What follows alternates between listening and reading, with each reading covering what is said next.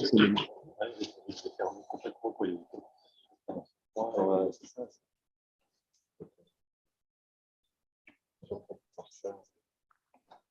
Ok. Pierre, je viens d'avoir une note qui me disait que tout ça était live streamé et que je consentais à ce que ça soit live streamé. Je sais pas si ça. Très bien. So everyone, merci Samuel. Everyone, Harry, if you receive the message, you will need to agree that everything will be streamed on YouTube. Maybe also Vincent, did you have the same message on? You did? Okay. If you can consent, it will be great. Then it will be streamed live on YouTube. And okay, so that seems to work. Then at the beginning, we wait just for a few minutes for Jean-Baptiste. Then the way we work technically. You will turn the camera. Yes, I will turn the camera. So maybe I will start from you and presenting the committee from Yes. here to here. Yes. Yes. Just so that you understand technically what's happening. The camera is shooting Vincent, as you could see, while he will present.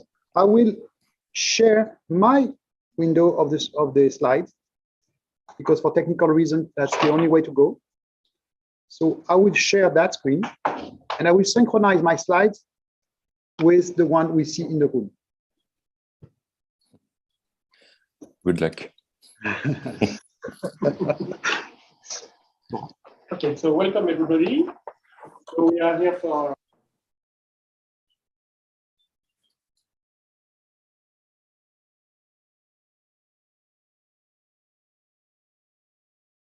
Je n'entends plus rien.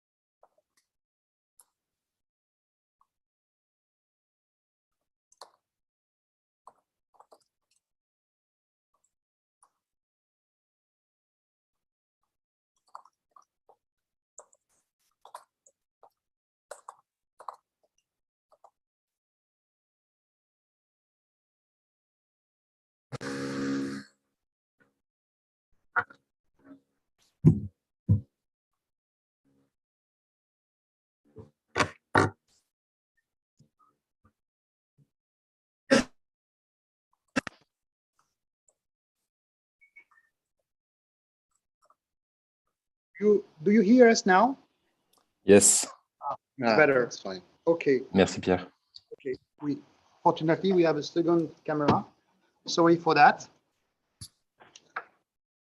Laurent did present all committee members already. Sorry for this. You can. I will let Vincent turn on his mic, and I will turn off the sound. Okay. Hello. Hello, everyone. Can you hear me well? It's fine. Perfect. Okay. No.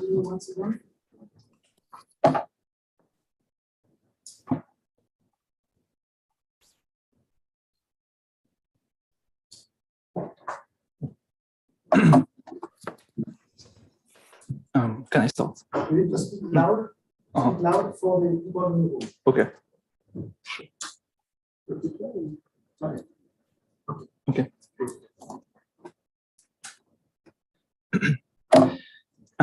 Thank you very much to everyone who is here today to attend the presentation. The topic of my PhD is the following one, which is the geometric model reduction for radiative thermal simulation of satellites. It is a CIFRE project between Dorea Technology and the Titan team from INRIA Sophia Antipolis. Here is the outline for this presentation. We will start with some words about the context, the motivations, as well as the problem statement. Then we will follow up with the main state-of-the-art contributions toward this topic. Then we'll continue with our own contributions, and we will conclude with some word on our work, limitations, and also perspective. So first of all, some words about the context. The satellite gravitates in a very hostile environment, in particular regarding temperatures. For instance, the temperatures can range from minus 150 Celsius degrees in the shadow of the planet up to plus 150 Celsius degrees at maximum sun exposure.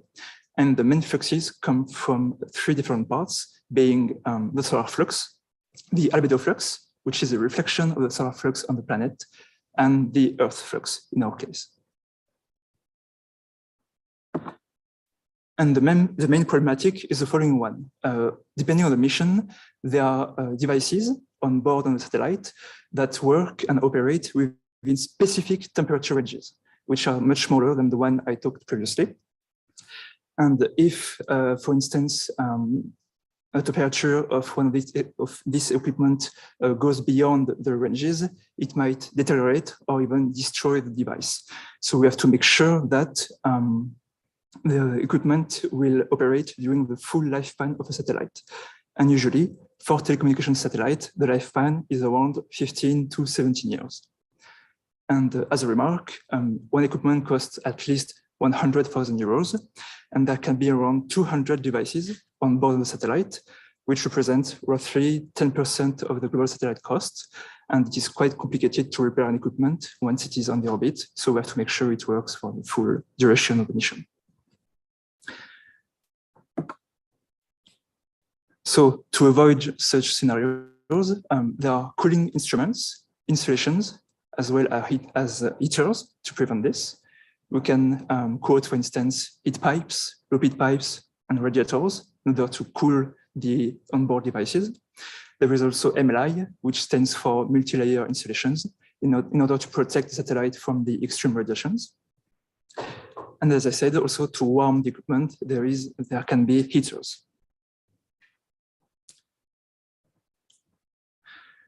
Also, modern satellites can handle multiple configurations. For instance, when the solar panels are deployed or when they are retracted in security positions, or even when there is a presence of articulated parts, such as articulated arms, like you can see on this slide. And this is quite problematic because there will be a quantity that I will introduce later on that is referred as a view factor. And the thing is, each time there is a change of configuration, the view factor matrix has to be updated. So the motivations are the following one. We make a focus on radiative thermal simulation, which is really compute intensive. If we denote by n the number of surface mesh elements, it is an n squared problem. And currently, the full simulation is intractable in acceptable times on a complete model. So then, how is it performed currently in the industry? The current practice is to rely on the knowledge from thermal experts that reduce by a trial and error process, an interactive process, the geometric components in order to be accurate to the original simulation, but that perform the global simulation in a less amount of time. And as a remark, to reduce a model from 5,000 facets up to 1,300 facets, it costs around 300 engineering hours to reduce one equipment. Another challenge that we have to face is related to additive manufacturing. For instance, we can take this example of an antenna support. There are two reasons for this. The first one is if the material is costly, such as gold, platinum, titanium, we want to use the less of it. And also, the heavier the satellite, the more it costs for the launcher to put it on its orbit. So in order to reduce the global cost, topological optimization is performed on mechanical parts, which increases the complexity, the geometric complexity of these objects. For instance, for this support of the antenna, we went from around 1,000 facets up to 100,000 facets elements. And as you can see, the object is much more complex with many potential visibility, occlusion, and obstacles. And also, we are currently dealing with digital twin problematics, which require a real-time simulation. So a small mechanical part like this one, which is represented by 100,000 facets, represent, compared to the global satellite, maybe 3 or 4% of the satellite. So if this is performed for every mechanical part, the full simulation in acceptable amount of time is a real challenge. So there can be two approaches regarding this problematic. The first one is to work directly on the U-factor computations. I will explain the next slides what is the U-factor. Ideally in a progressive and interruptible way in order to find the best trade-off between time dedicated to computations and desired accuracy. And also we can work on the automatization of the geometric reduction process performed by the thermal expert. So reducing a geometric model while being faithful to the numerical simulation. So as I said, we make a focus on relative thermal simulation. So if you take, for example, the radiative heat rate equation, you notice there is a quantity referred as f from 1 to 2, which is a purely geometric quantity named a geometric U-factor, or also shape factor, configuration factor, and the form factor. And for a whole model of n facets elements, there is a V-factor matrix associated to this model with n rows and n columns. So here is what is the definition of U-factor. A U-factor is the proportion of radiation that leaves a surface 1, so the emitter surface, and that strikes a surface 2, so the receiver surface. So it consists of a quadruple integrand or double thoracic integrand that implies the area of the faces, the distances between them, as well as their orientations. And remember that this has to be performed for every pair of facets of the mesh that potentially see each other. And this is under the assumption of the uniform hemispherical model. And also for infinitesimal surfaces, we have the formula at the bottom of this slide.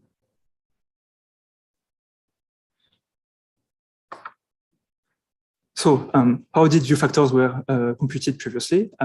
Thermal engineers used to rely on textbooks as well as tables in order to estimate the U-factor values.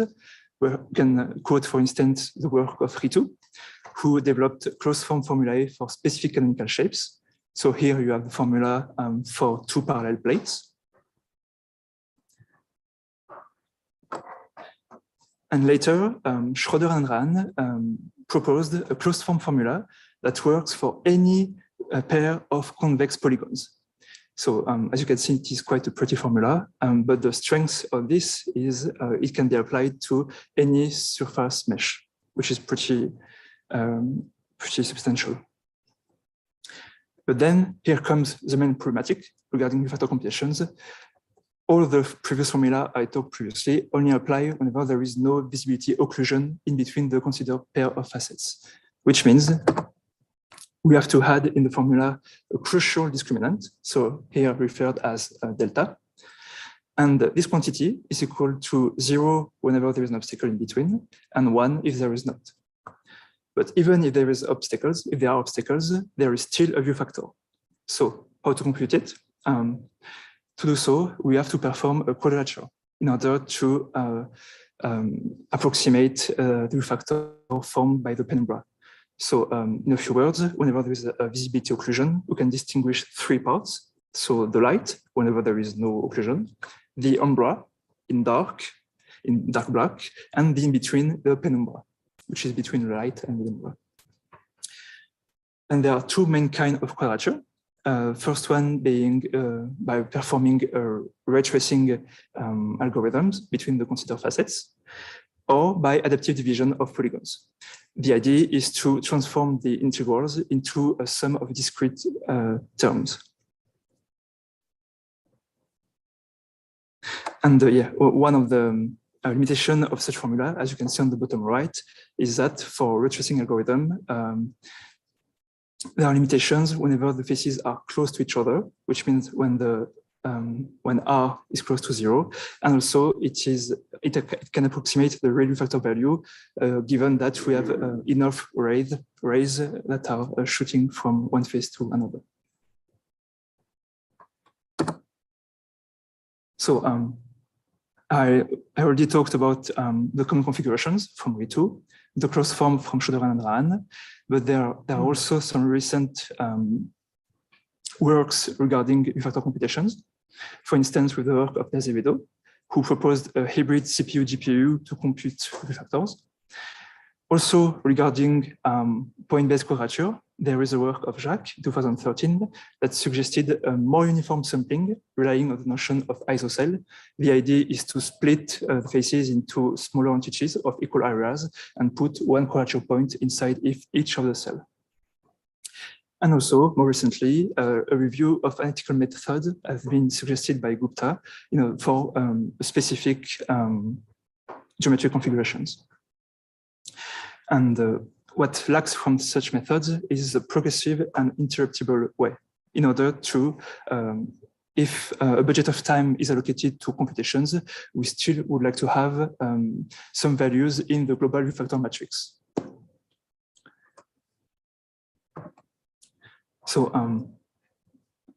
here is a transition to our first contribution, which is a progressive geometric view factors for relative thermal simulation, published at ICS, so a conference organized by NASA. So the positioning is the following one. We make in this part a focus on view factors, and the idea is to, given a budget amount of time, to find the best possible accuracy given that amount of time dedicated to computations. So the goals are to have an arbitrary accuracy, so a kind of reference calculation case, as accurate as we want it to be, and a progressive and interruptible approximation of view factors. So the first part of this contribution was regarding an enhanced quadrature.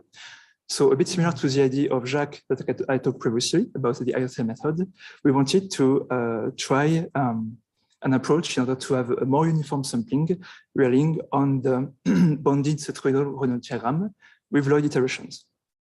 So the idea is to minimize an energy which represents the sum of square distances, and to relax it, to minimize it via Lloyd iterations. And once we have the final Born cell, we, as Jacques did previously, put one quadrature point in each of these cells in order to perform the point-based quadrature.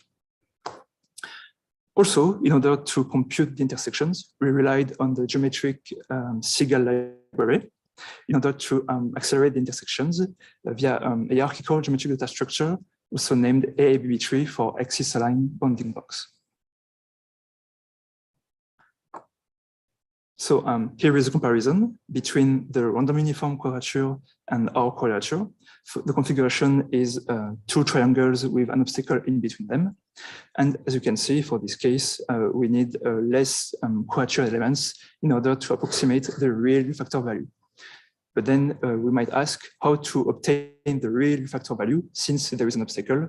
For this, we considered a fine-grained quadrature with millions of rays in order to be our reference.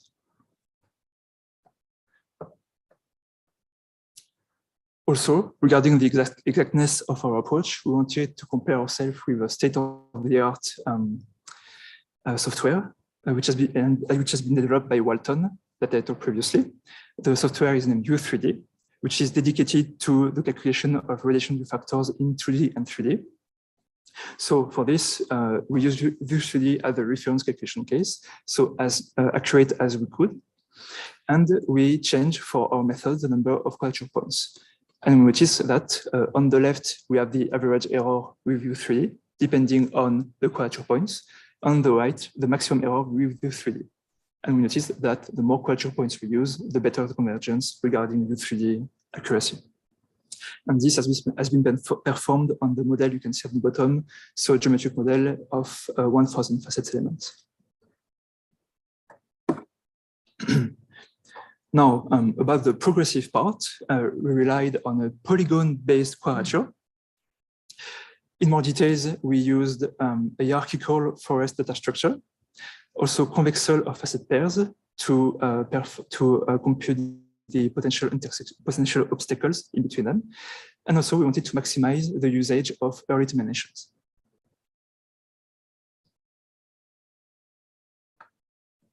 So here is a flowchart summarizing the main steps of the algorithm.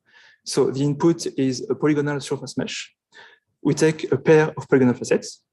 The first step is to check if they are mutually half-space visible. If they are not, it means they do not see each other, so the view factor is 0. If they are fully visible, we use the formula from Schroeder and Anran for the closed form. Otherwise, we check if the maximum recursion is reached. If yes, we return the view factor value, the current view factor value, with a prediction step that I will detail in the next slide. Otherwise, we split the emitter facet, and then we will repeat the process until one of the stop criterion is reached. So a bit more details about our forest data structure. So on the first line, on the first row, you have the roots of our forest, so the initial triangles. On the second line row, you have the children. And on the third one, you have the grandchildren. So what is the idea behind this? Whenever a fragment of facet fully sees another fragment, then there is no more recursion needed. We have the factor value for this pair of facets. Otherwise, we need to split, we need to refine the facets in order to try to maximize the closed forms. So from this, we understand there can be 3 degrees of freedom. First one being the splitting operator, which means how do we want to split the triangle? Do we want to use a midpoint or something a bit more adaptive? Also the order in which we consider our triangles. In our case, we sorted them by longest edge. And also the kind of prediction method we want to use.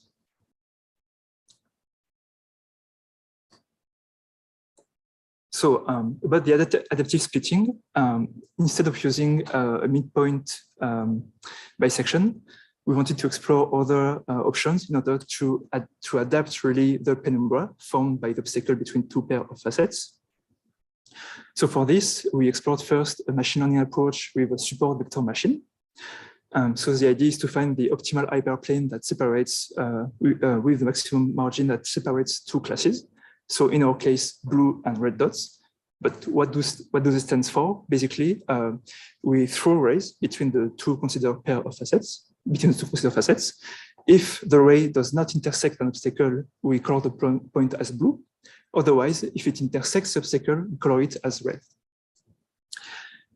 And the idea is to find the best split between these 2 entities. But about the complexity of this task, you have an example at the bottom. So if you take two triangles that are parallel and an obstacle in between, for instance, also another triangle, you can see that if the obstacle is close to one of the facets, we can distinguish pretty well the difference between light and umbra. It is pretty neat, pretty clear. Otherwise, if it is equidistant from them, as you can see on the bottom right, the penumbra is quite substantial, and it becomes much harder to find the best fitting line for such scenario. And another approach we explored relied on linear least square fitting. So this is explained by the green dots. So how do you obtain them? We associate a perimeter, an input perimeter. We loop over the points. We check the ratios of blue and green points and red points inside this perimeter. And if the ratio is pretty much the same, we call this point as green. Then we collect all these green points and we perform a linear least square fittings over these green points to find the best fitting line. Also, now let's get to the prediction step. So our idea was that during the recursion process, if the budget of time allocated to computation is over, we still wanted to add a bit more accuracy to approximate even more the real factor value, even if we had to spend a bit more time to do so. And what do we mean by prediction here? Our idea was to throw a bunch of probes, of line probes between the two considered facets, like 10 or 20. And the idea was to compute a visibility ratio from these probes. Let's say, for instance, we throw 20 probes and only 10 intersect the obstacle. We have a ratio of 1/2. And then the idea is to multiply this ratio by the closed form of Schroeder and Rahn, and to add this quantity to the U factor that were computed previously. So, but as you can, but we noticed that if there is no probes that intersect the obstacle, or if all of them intersect them, it does not always imply full visibility or new visibility. For example, we can be quite unlucky and all the probes might strike the obstacle, but maybe if we throw them another way, they might not. So to do so, we relied on the ground truth data, as you can see on the bottom left with the blue dots. And the idea was to perform a polynomial fitting over this ground truth data of visibility ratio, and then to interpolate, and then to request the visibility ratio directly from this red curve. And on the bottom right, you have the comparisons between a purely polygon-based quadrature and the polygon-based quadrature with prediction. And we notice that the prediction leads better convergence rates with regards to a number of quadrature polygons used.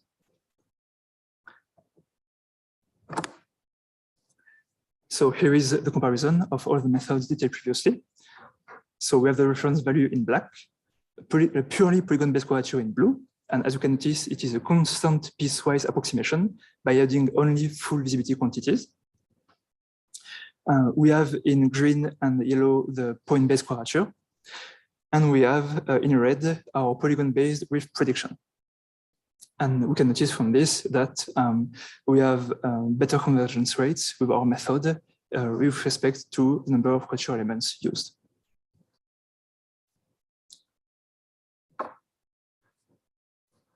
As a conclusion for this part, we suggested a method in order to improve numerical precision regarding U factor computations, in order to increase the convergence rates in regards to the number of quadrature elements.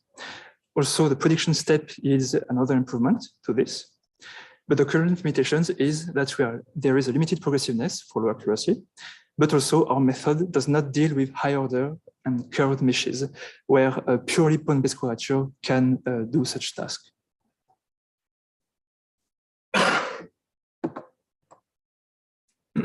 Now, about the perspective on this part, we would like to improve the prediction step, doing so by the use of supervised machine learning. So the idea is to exploit the information collected during the descent in the tree recursion. And then we want to leverage the modern machine learning methods in order to compute descriptors of the obstacle intersected by the probes. And we want to learn which ones are relevant for the prediction. We were thinking about, for instance, the spread of the obstacles, the orientation, the area, and so on.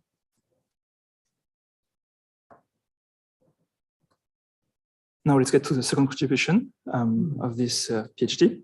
which is a geometric model reduction driven by numerical simulation accuracy. So let's start with some state of the art about model reduction in general. We can distinguish two main approaches.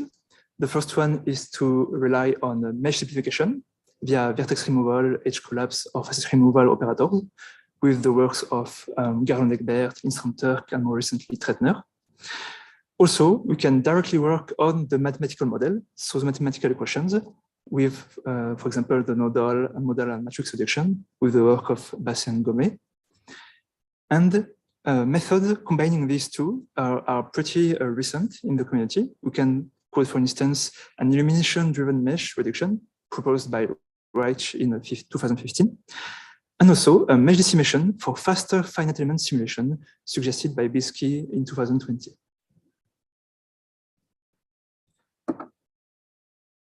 So now let's focus about the state of the art of the geometric model reduction.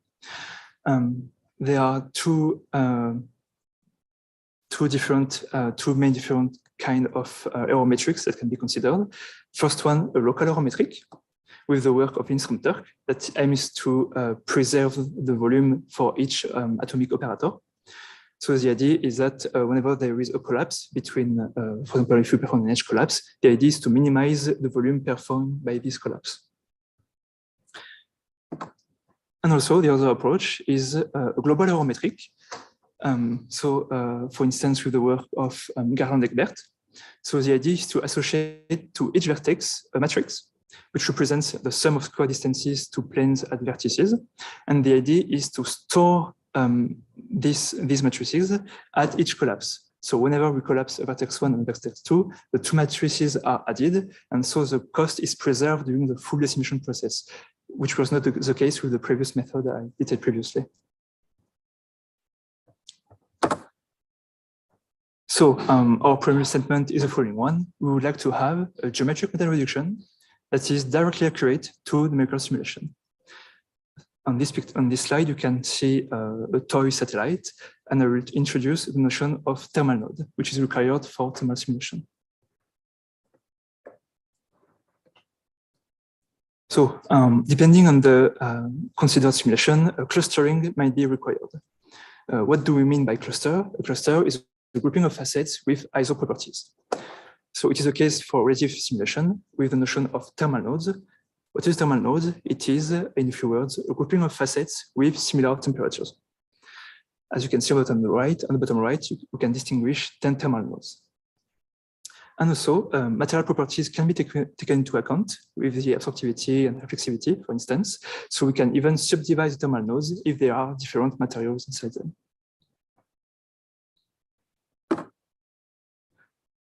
So a few words to justify the reduction process. So here an example about the toy model with a reduced solar panel.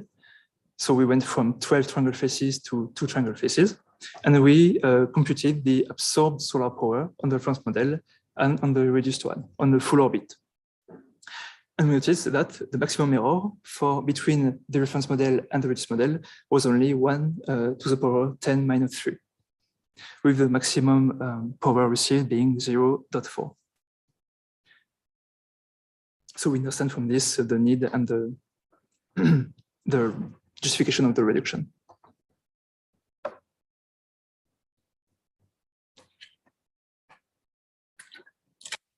So in order to tackle this challenge, here is the overview of our approach. So we wanted to couple the geometric reduction with a simulation black box. So basically an oracle that will perform the numerical simulation. The inputs are the geometric model, the decimation step, and the chosen oracle, in our case, radiative thermal simulation. And the output has to be a maximum error for each reduction step and the associated reduced model. But we wanted to focus on modularity.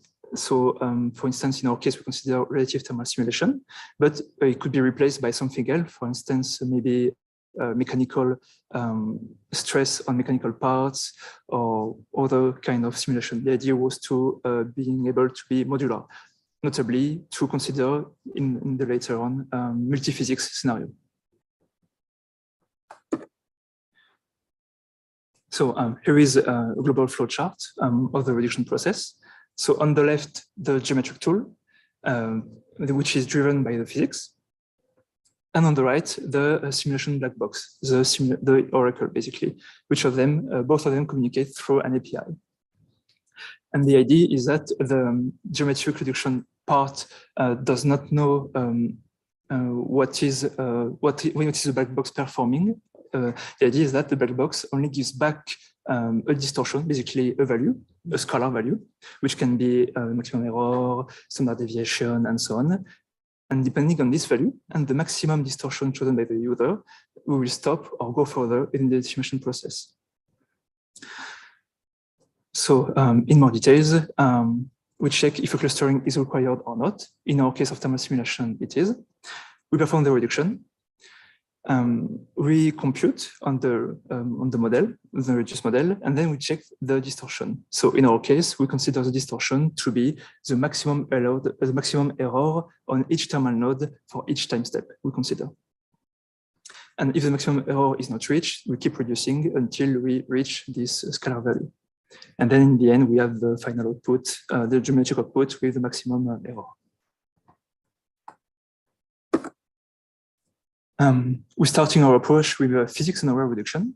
So what do we mean by physics-unaware? We decided to apply the similar decimation ratio to every cluster to perform the simulation and then see what could be the results. So on the toy model, you can see that we went from 1006 facets up to 370 facets with an error of almost 2 Celsius degrees. For this case, there was a user-defined maximum distortion of 0.5 Celsius degrees. So as you can guess, which part is sensitive to reduction? In this case, it is the solar panels, which are heavily reduced, and the maximum error is coming from this reduction. So here is a graph representing the maximum distortion and the number of faces of the model against the decimation iterations. And we can see that for the first steps, we can reduce it with still having a quite small maximum distortion. But at some point, we will decimate parts that are really sensitive to reduction, as you can see with the final high jump on the right. So to avoid such scenario, we wanted to perform something that we refer to as a sensitivity analysis. So what do we mean by sensitivity analysis? Our idea was to extract the cluster of the model, reduce them independently, we inject them in the original model, and then perform simulation. And the idea behind this is to highlight the clusters that are sensitive to the reduction. So for one thermal node, we have this. So for this one, we can notice that we can reduce it quite heavily without reaching the maximum allowed error fixed by the user. We do this for every thermal node. And then it gives the curves on representing the distortion depending on the reduction ratio. So the idea is then to utilize this curve in order to guide the reduction process. So what does it mean by this? We basically switch the two axes, and then it gives the feasible reduction ratio for the desired distortion. So we know pretty much how much we can decimate the clusters for the distortion we have chosen. Here is the curves representing the empirical distortion against the targeted distortion. So the y equals x line represents the ideal curve. So the targeted distortion is the same as the empirical, but in practice, it is not the same. The curve in purple represents the step right before exceeding the maximum allowed error, and the curve in green represents the error right after exceeding the maximum allowed error. And you can notice that for small targeted distortion, these two entities are quite close from each other.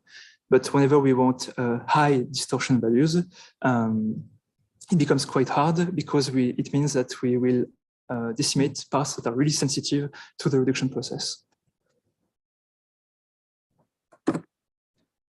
So the result about this for the same toy model allowed us to go from 1006 facets to 126 facets, with this time an error of 0.04 Celsius degrees.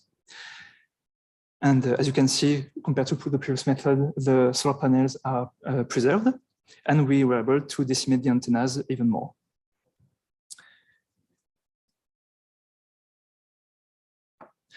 Now let's get to the third and last contribution, which is an industrial use case. In more details, a geometric model reduction for a thermal digital twin of Sentinel-3A satellite. So the early results of the reduction detailed previously allowed Dorea to have the support of the French National Center for Space Studies for the development of a real-time thermal digital twin conditioned on a sufficiently small model. So this is a partnership between Dorea and thèse Space, a TRL3 project, and it is funded by ESA and CNES. And the reduction consists in a work package that will be that we work on from December to February 2023. And as a remark, our budget dedicated to the reduction is 120 hours, including the model preparation, the reduction, and the margin to test our scenario. Whereas previously, as I said at the beginning, to the process to perform the handmade reduction cost 300 hours for in the industry. Engineers cost our cost in the industry.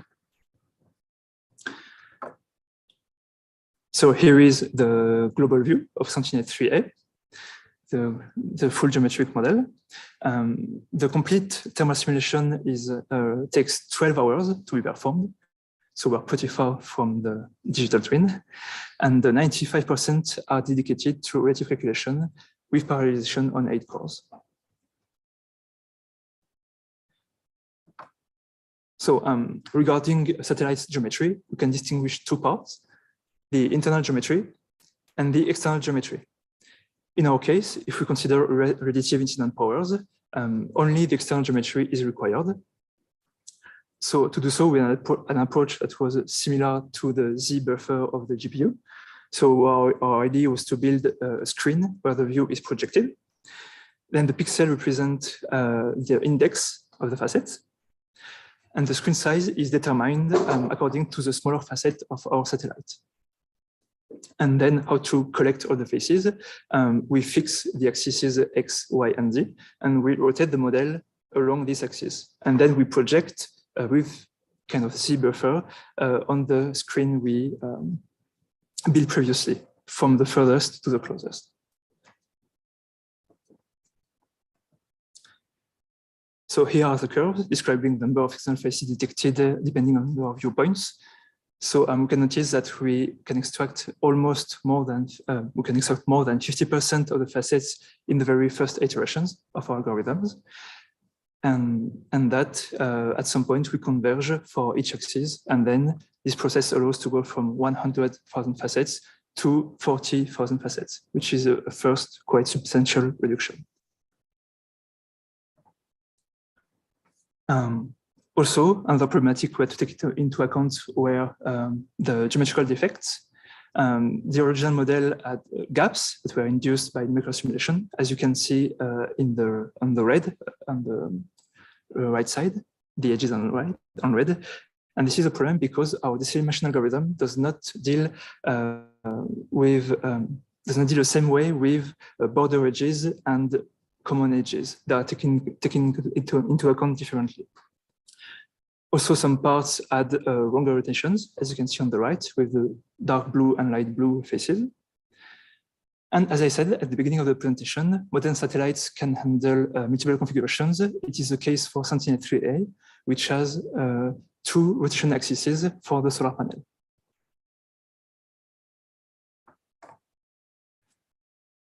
So for debugging purposes, we considered first mechanical parts from Sentinel-3A. So we started with a rotation axis that had previously 6,000 facets, and we were able to reduce it to 3,500 facets without parallelization in 4 hours for the original model and 1 hour in the reduced model, with a maximum L-ord of 5 absolute watts.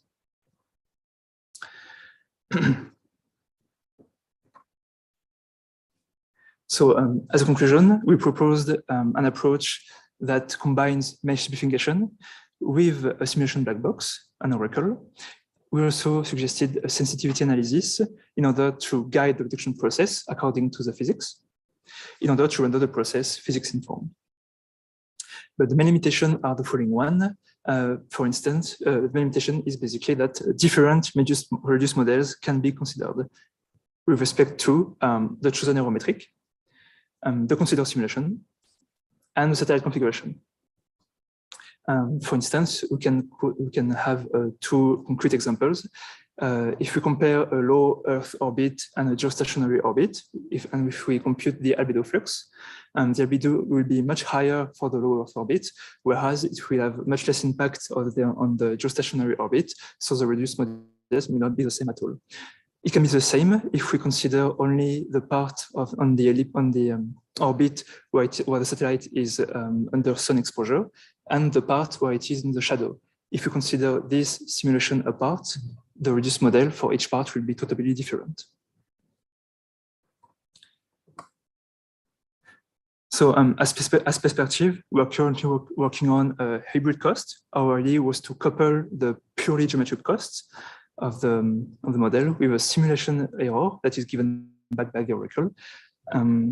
Also, we would like to work on an adaptive cost, which means taking into account the material properties and also sections with many equipments. And as I said previously, we would also like to consider a multi-physics scenario. In the industry, there are kind of conflicts between thermal experts and mechanical experts whenever they work on mechanical parts. When they try to reduce it or to work on it, they have to find a compromise, they have to make compromise and to find the best trade-off between their two simulations that they both have to respect. So as a general conclusion,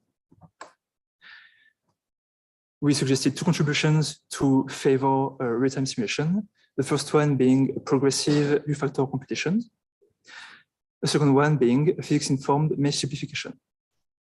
But the main limitation of our method are that we can only consider polygonal meshes. And also we have the constraint of the thermal nodes that we want to respect. Now let's get to the general perspective. We also wanted to consider the case where the thermal nodes were not a constraint anymore. So regarding the state of the art, there is a work from Thysenia Space, from Basset and al, named Thermal Model Reduction Tool. So the approach relies on clustering the thermal nodes that will contribute to the neural simulation and to distinguish them from the nodes that are suppressed in order to have a mathematical model that is reduced. But this clustering is currently currently handmade performed, and our idea was to automatize this process using machine learning algorithms dedicated to clustering, such as K-mean, for instance.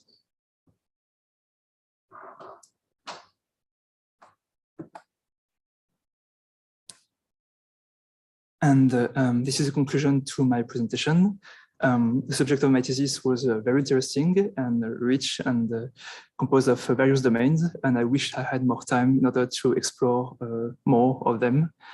And yeah, thank you very much all for your attention. Thank you.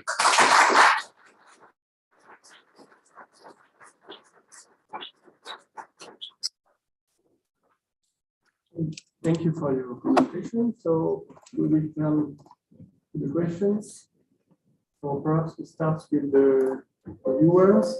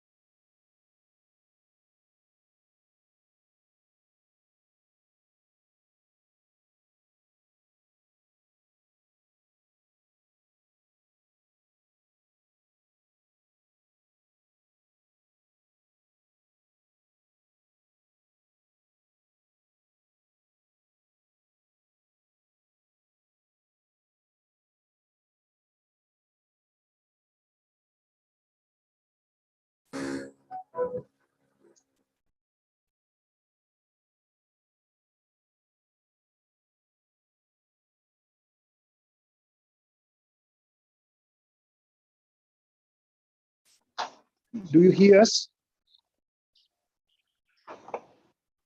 Oui, c'est bon. Okay, sorry. What, did you hear anything of what I said or none of it? I heard nothing. Okay. So I will have to repeat. You want? Sorry. I don't mind. I was only good thing, so that's That's the hybrid mode is complicated. fine. Okay, no problem. So first of all, I just want to thank Vincent for this presentation that was very clear, with some illustrations that were not in the report and which for me very useful to understand some of your results. So thank you very much. I mean, it's very well structured and it's very good. So I still have some questions because, as you know, I am a small guy, so I will only, and I work in industry. So my objective is to try to understand how we can use your work ourselves without you, and that is the most important for us. So just one thing, maybe in slide 1. This is just for, if you make other presentations and maybe for the public to understand, better understand what you have done. The slide 1, what is missing is, no, that's not one. So this should be next one. Yeah, this one. You only show the flux that hits the satellites, and you don't show anything that leaves the satellites. And since what you want to calculate is the balance between these two flux, I think it would be useful to add this, because this is the basis of your work to show also what is being emitted by the satellite and all the interaction within the satellites. So that's just a minor point. Also on slide 10, that one should be the good one. I mean, the use of this equation Q1, 2, etc., is only valid for some specific properties of the surfaces. And I think it's good to recall them because somebody could say, well, this is radiativity transfer. It's very simple. Well, it's simple because it's being for particular cases. So that's just minor comments. I have a question on the calculation of the progressive view factors. You said that you have 3 degrees of freedoms. Okay. And my question is, how do you choose them? From what I understood, within your algorithm, you have to make some choice, and then your algorithm is running. So what do you do in practice? Yeah. You need to turn on your mic, and I will turn off. Is it okay like this? Perfect. Okay. So get back to the slide. So yeah. So as you said, Martin, yes, there are 3 degrees of freedom, and we wanted to put a focus on the exactness of our results. So if we consider, for instance, the splitting operator, at first we wanted to have a longer state bisection of midpoint, but this did not really adapt to the shadow of the obstacle. So we wanted to work on something more adaptive, explaining the choice of the next slide with the support vector machine approach and the nearly square fittings. In the end, we have chosen the later one, so the nearly square fittings, because it took quite some time still for the SVM approach. Regarding the order, we consider triangles by longest edge, but maybe it was it could have been more relevant to consider like the areas of triangles, maybe from the biggest area to the smallest, or maybe even later on taking into account maybe the material properties. For example, triangles with a high absorptivity, for instance, can be computed first, and for instance. And about the prediction methods, yes, we currently investigated this approach, which is not really machine learning yet, but which is a bit data intensive, that focus on some on some ground truth data obtained from the experiments, and we just perform a predicate fitting on them. And this was a better accuracy in case that if there is non-intersecting probes do not always imply full visibility. And so is the opposite. I hope. Does it answer your question? I can go into further details if you want. Okay. Okay. I have another questions. If you have put a flow chart, I think it's on the figure. I don't know which one. This is this flow chart. Yeah. Yes. I think in your contribution, what is new compared to previous work? What is? Okay. So what is new is basically the progressive approach, which means that we compute the global factor matrix by regarding the forest algorithm breadth first. So we check all the root nodes once, and then we go deeper. So this allows to have at least some values at the beginning for each triangles. And also another contribution regarding the state of the art is mainly due to the prediction step. That is, as far as I am aware, not present. Okay. Okay. So maybe, like I said, when we discuss together, that will be good to maybe point out what is really new compared to what was done before. Okay, sure. Okay.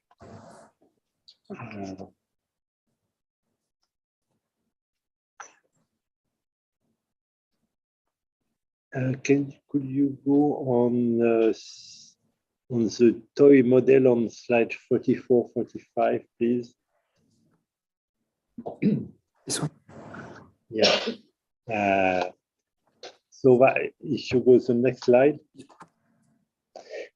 So for me, this is interesting because if I understood well, all your criteria is based on the computing the view factors and accepting, let's say, a less accurate calculation of the view factor, which is fine.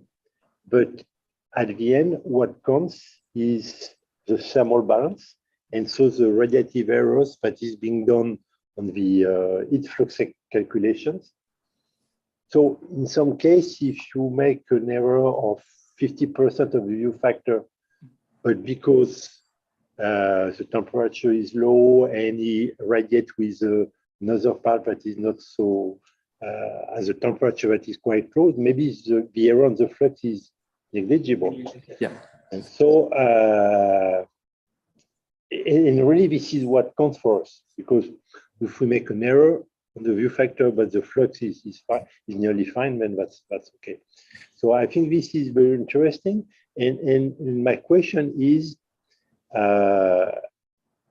you have a maximum error of 1 milliwatts, okay, compared to 0.4 watts. So it's around 5%. I know less than 1%. I mean,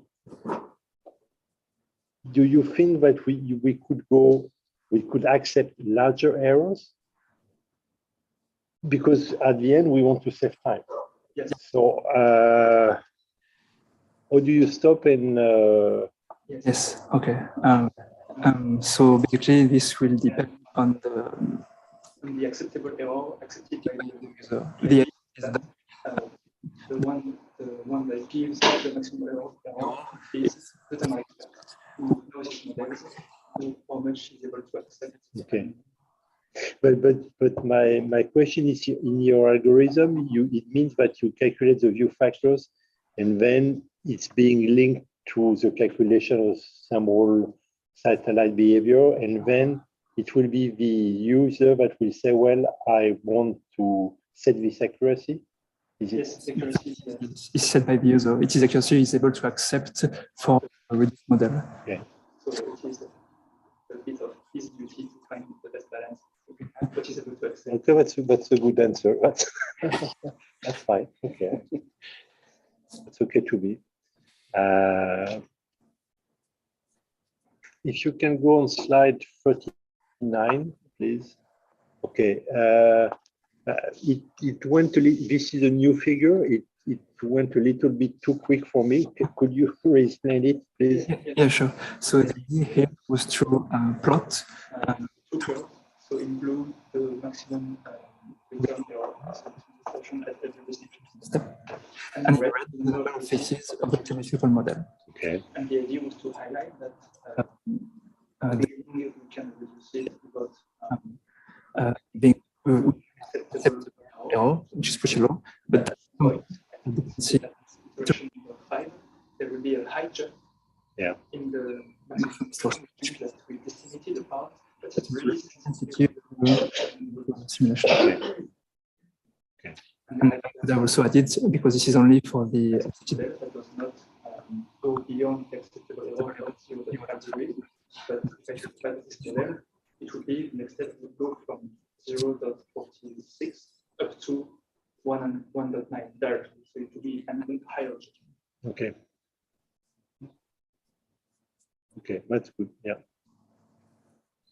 So it means that we will have to make a lot of sensitivity to find which model we have to use at the end. Yeah, exactly. It depends on the number of components we have. You can follow them on specific ones, depending on which one are more important than others. Yeah, exactly. In our case, since we don't really have a common expertise, it's potentially all of them, but we can reduce it to specific ones. Okay.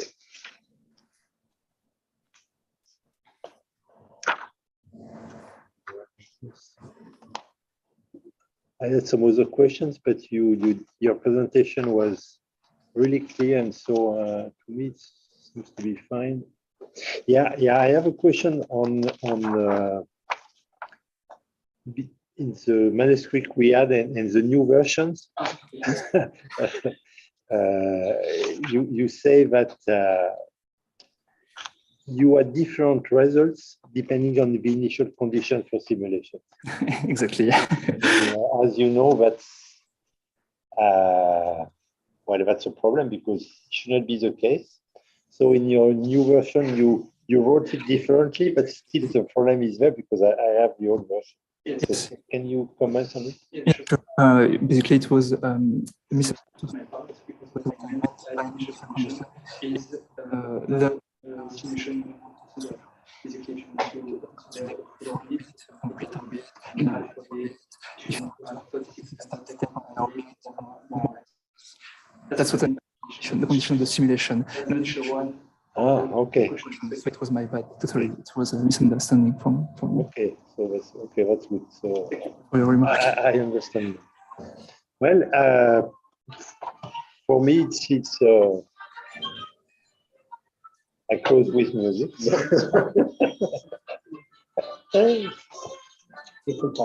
Vincent, make sure you speak louder in the mic.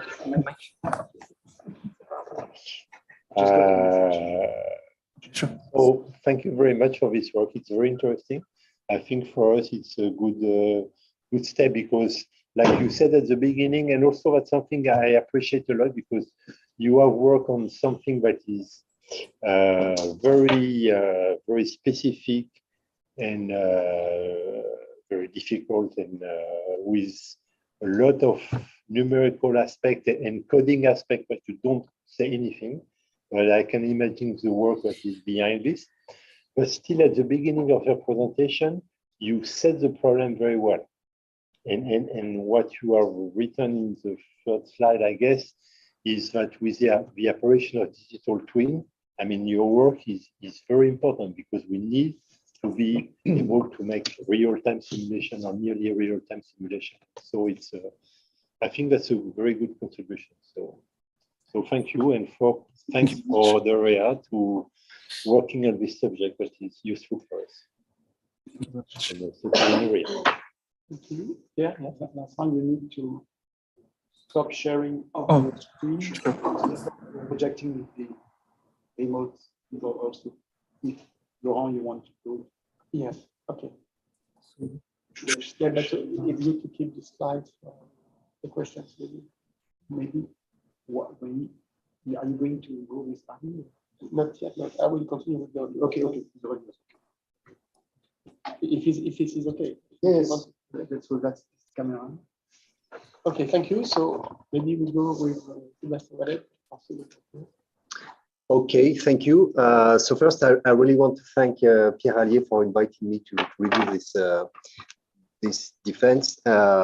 It's a very interesting PhD. Okay, although I work in a medical image laboratory, I follow the space exploration story, which is really exploding nowadays, and you can actually see it on YouTube, but we cannot really see the details like this. So it's very, very interesting. Very interesting. So thank you again. I have many questions. First, I want to say also thank you I want to congratulate you for the report that you wrote. It was very easy to read for me, even if I'm not a thermal guy. So I learned many things, and it was very, very interesting. So I'm more like a geometric guy. So I will ask you more questions about this part. First, very simple questions. The first one is about the first step that you do when you take the model of the satellite model, and you try to remove the triangles which are not outside of the model. In the report, you say that so you use the Z-buffer trick, which is very interesting. But one thing which is surprising is that you say in the report that it takes 5 seconds just for one frame. One frame, yeah, approximately. And the whole process takes around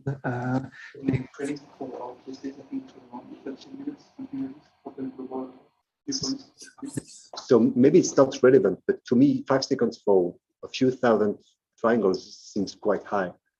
How come? Might be because actually our method does not actually use the GPU. It is just simulating it. It is not basically based on this. It is the same approach, but not directly leveraging the GPU. And I think there was maybe another approach which was to consist of using a sphere and to putting the model inside and using a reshooting with adaptive framing maybe in order to add the external geometry. Maybe it was a better approach, maybe more adapted to this.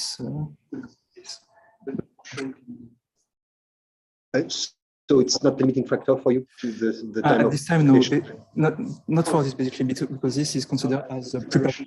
Yeah, offline. Okay. Yeah, exactly, it's offline. And you didn't use GPU because it was too difficult, or because you need? So you implemented the rasterization algorithm and everything like this? Yeah, kind of, yeah. Yeah, that sounds like 1990 code, which I did actually, but I would never believe that someone would do it again. Okay.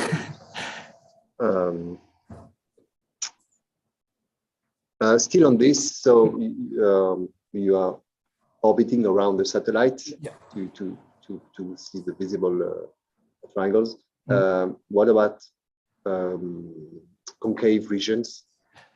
Yes, exactly. Yes, this is actually the one of the limits of this actual process is that if I show it to an there is a reflection from the pixel. Sorry. Is it better like this? Okay, sorry. So yeah, about this part, currently with this approach, we consider the direct perspective, but there are reflections of this perspective, and these reflections can, as you said, track parts that are not directly stricken by the direct perspective. So to take this into account, we have to use value factors to see which faces will be stricken by the species. I don't know if this answers your question now. No. So once you compute the first set, you look at the view factor matrix to add two more triangles. Yes, in the reflection to see parts that not directly identified from the fluxes. Okay. Interesting.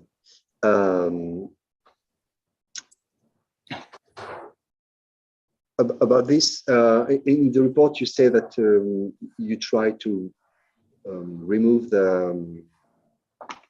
discard the triangles where another set of triangles is occluding their visibility, and you simply say that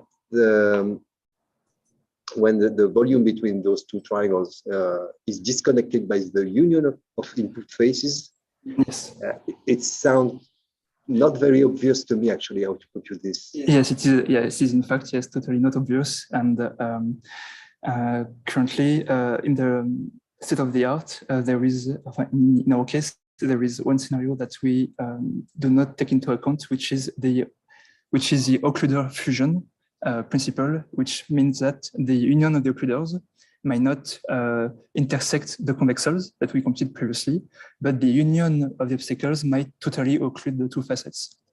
And this is one of the limits of our approach, because we don't take this into account. We consider that for common satellite models, such scenario is pretty rare.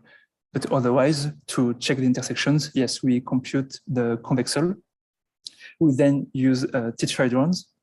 We use tetrahedrons inside this convexal, and then we have intersectional regress between tetrahedrons and the AABV tree. In order to, and if it intersects fully the tetrahedron, we consider it as an occlusion. I don't know if this answers your question. Okay, great. But I'm no expert on this part, so I will not spend more time. Okay, I like the part about the Lloyd iteration to optimize the ray tracing of computed vectors. And so you compare it to random sampling, and you didn't say how much time it takes to compute the Lloyd iterations. How much time? Yeah, true. True. This is something that maybe I should work on, because in order to have satisfying results, sometimes, depending on the configurations, we required quite a substantial amount of Lloyd iterations, and otherwise not. But it might be, yes, I think it might be better. It might be useful that we check this, because it takes still quite some time to perform Lloyd iterations. So it is again a balance between the desired accuracy and the computation time, the time dedicated to computations. If the user wants to use Lloyd iterations in order to have a better accuracy at a cost of a time dedicated to computations.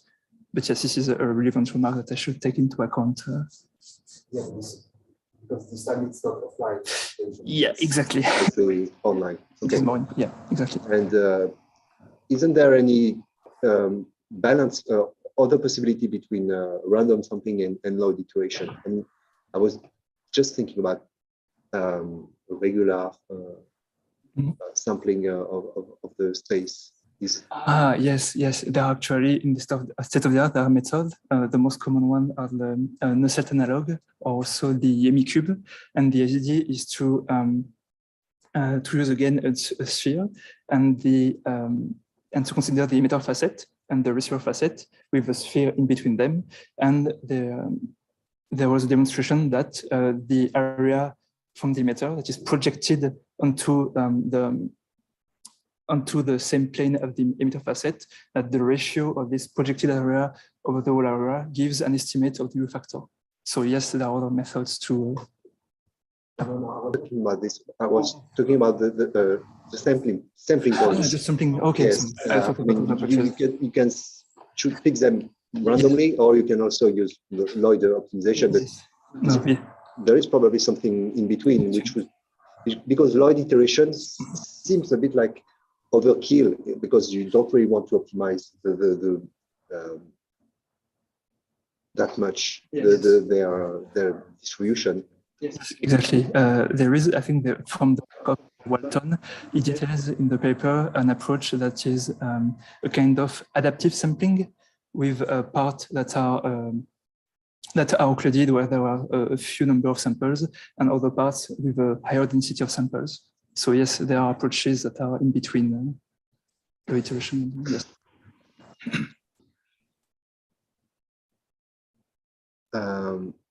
Do you have time for more questions? Yeah. Okay, thanks.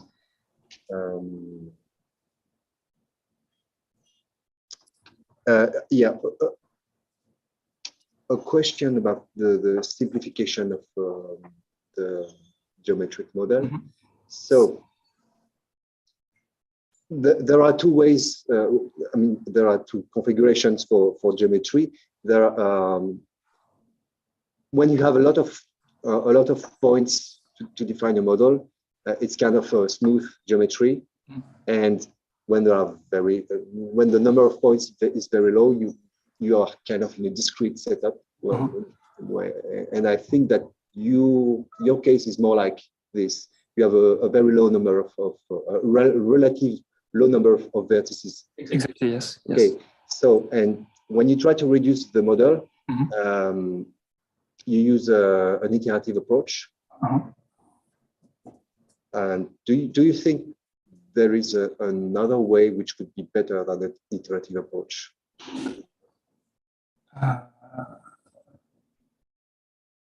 I'm not sure. What do we have in mind by other approach? Iterative versus single shot simplification. Versus single shots. If you make the mental experiment of trying to simplify just a circle and approximate it with a polygon, okay. You will understand that very easily that actually iterative approaches are not the ones that give you the best results.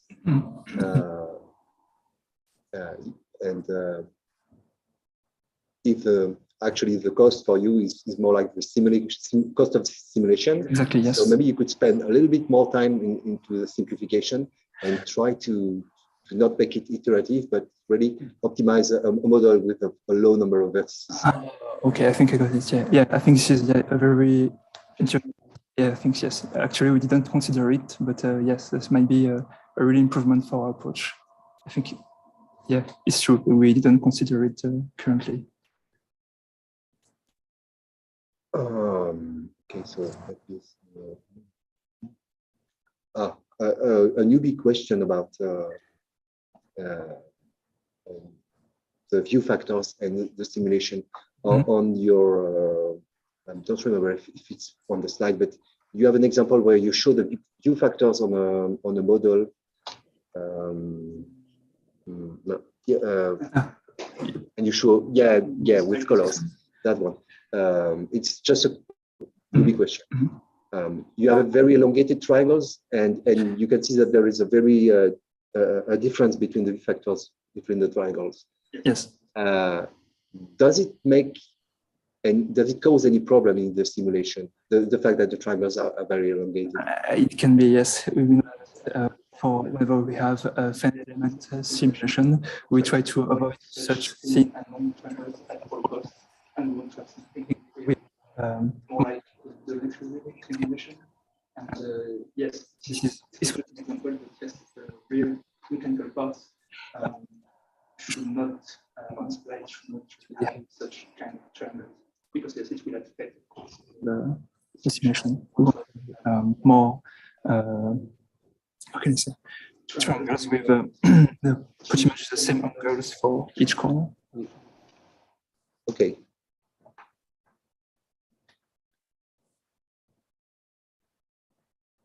And maybe one last question. So you do your computation at every step. So it's more like an open question because it's very kind of difficult. Do you see any way to optimize these computations when you consider a trajectory, which is already known? You know that the satellite is orbiting around the Earth, and is there any way to use computation from a previous position to a new one? By comparing different models, to be sure, or I mean, use the fact that you did some computations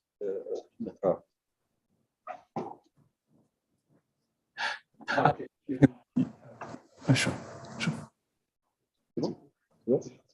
Okay. Okay. So given the fact that we already run computation for, let's say, Yes. we use it for the time step. It depends. There is a periodicity for the orbit, usually, for the geostationary orbits. For the geostationary orbits, and I'm not sure actually if the orbit is discretized with a lot of points in the orbit. Maybe we can use the one step to the other, which is true, but I'm not sure we can do it for substantial amount of time step. Anyway, on the configuration, I'm not sure. I think we can reuse it actually.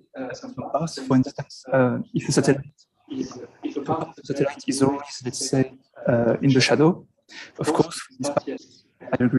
Of course, we can reuse such a for this part for the full orbit. If we know that this part is always in the shadow, yes, we can use the same. But what depends is basically the solar fluxes, and whenever the critical points are whenever we go from free exposure to the. I hope it answers. Also, can you your question somehow? Okay.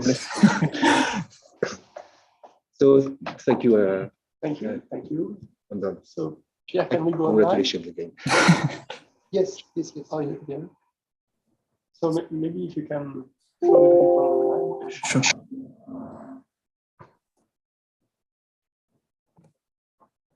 So maybe Harry or Jacob, maybe if you have questions.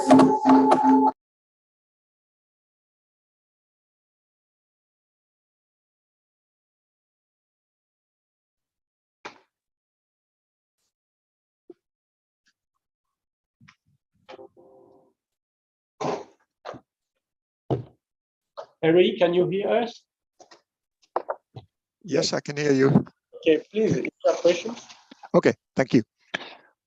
First of all, thank you for inviting me for this event, and congratulations to Vincent for his thesis, which is very interesting and contributes a valuable approach to model reduction. I have a couple of questions. You produce a model of the original GMM, creating larger phases in order to reduce the amount of work needed to obtain view factors. In the calculation of the view factors, you subdivide the phases into smaller parts in order to be more accurate.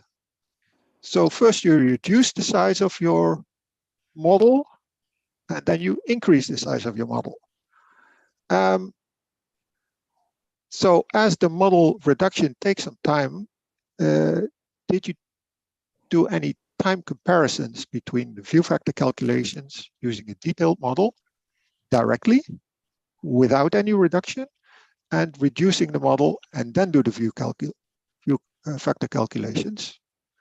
And another question is, at some level of modeling detail, the timing for each of these processes is roughly similar.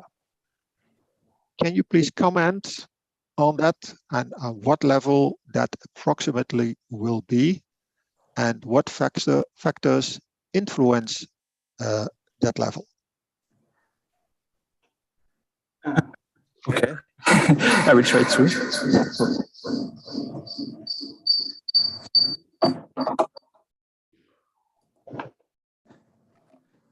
Go ahead. So, yes, can you hear me? It's fine like this? Okay, perfect. So yeah, as you mentioned, yes, we consider two different approaches in this topic. So the first one by working directly on view factors for at the same time a reference model, but also a reference calculation case, but also some an approach that is interruptible. Sometimes that given an amount of time dedicated to computations can still gives back the value of the view factors. Whereas, as you said, in the second approach, we directly reduce the model and then we run the computations. And regarding timings, it's true. The lack of our first method is competition times, basically. It is something that we wanted to take into account, but I had to switch on the reduction part before optimizing this process. And we wanted to also use more of machine learning to improve the prediction in order to have even better convergence rates. So yeah, this is a limitation of our first approach. And regarding the second one, we didn't stop at the view factor computations for timings. I mean, we checked directly either the absolute powers or the temperatures. But yes, I think it would be a good idea to stop only at the view factor computations and see the increase. And see the time depending, the accuracy depending on time for computations for view factors. I hope this answers your question. Yes, thank you very much. Another question. In your work, you calculate view factors, whereas in thermal analysis, one is primarily interested in radiative exchange factors, because they also take multi-reflections into account and optical properties. And as a result, phases that have a zero view factor towards each other can still exchange energy via a path of facets that can see each other. So, question, why did you limit your work to view factors only? Is it because it's sufficient for the model reduction approach that you present? However, with radiative exchange factors, you also incorporate optical properties.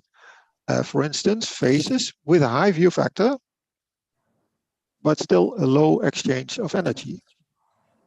So why are you sure that multi-refraction and material optical properties are do not have to take into account in your setup?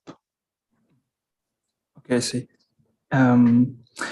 Basically, the view factors was the initial approach, and at the second time, we wanted, as you clearly explained it, take into account material properties like absorptivity, emissivity, etc.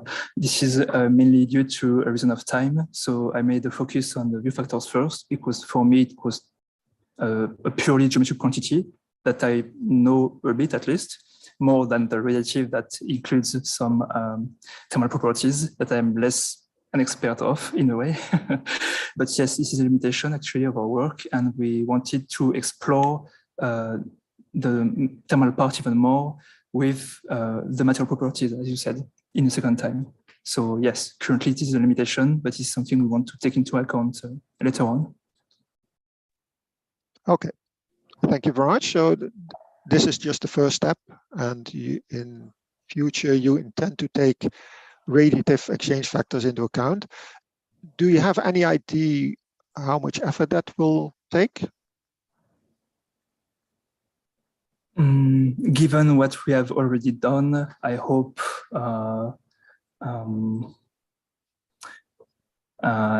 let's say quantify, but I hope roughly maybe 3 months. Okay.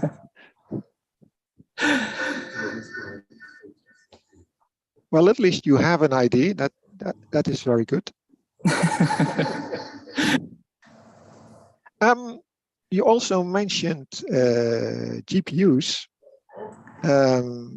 Recent developments in GPUs have made it possible to do near real-time radiative analysis. These things can cast something like 10 giga-rays per second. And although it is not primarily meant for thermal analysis, but for gaming, ESA has initiated a successful study to obtain view factors for both triangulated and curved surfaces. Are you aware of these GPU developments? And can you comment on how you can incorporate these capabilities into the process that you have developed and use it to further improve your model reduction process?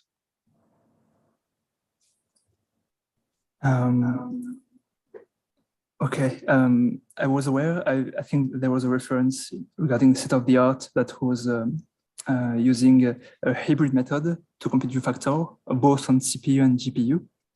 And regarding if it would be, that's a good question. Regarding the implementation, it's a good question.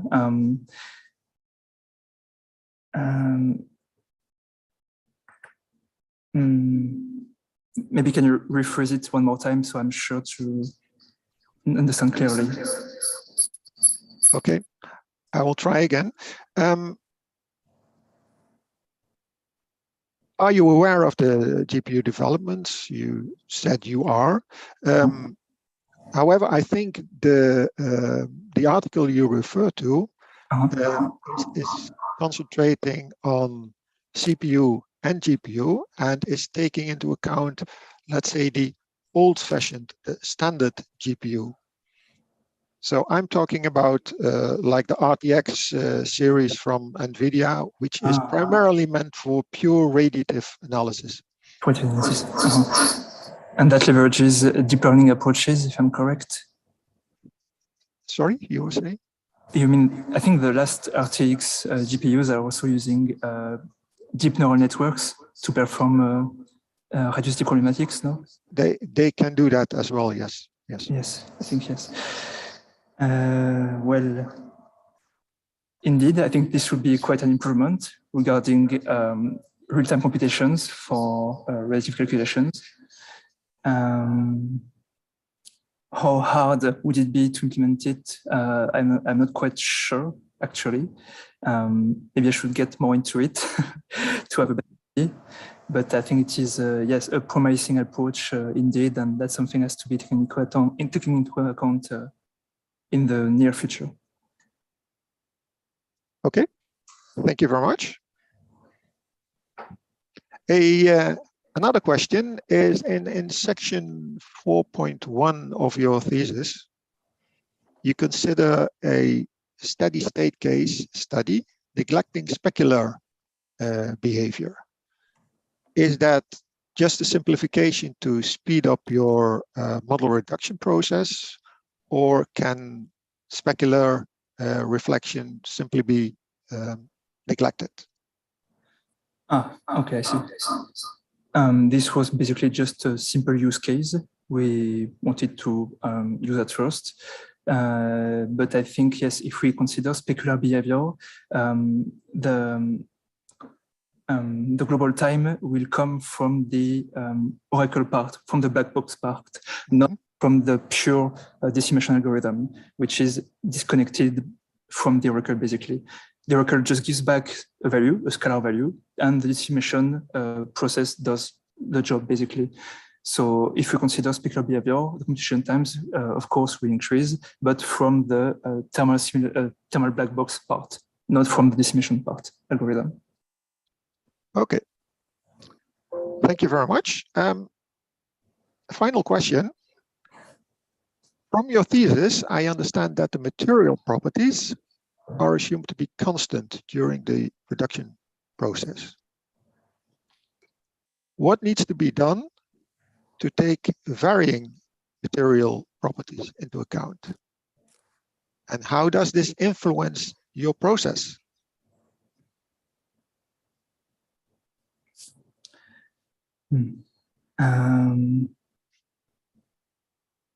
That's a really good question. How to take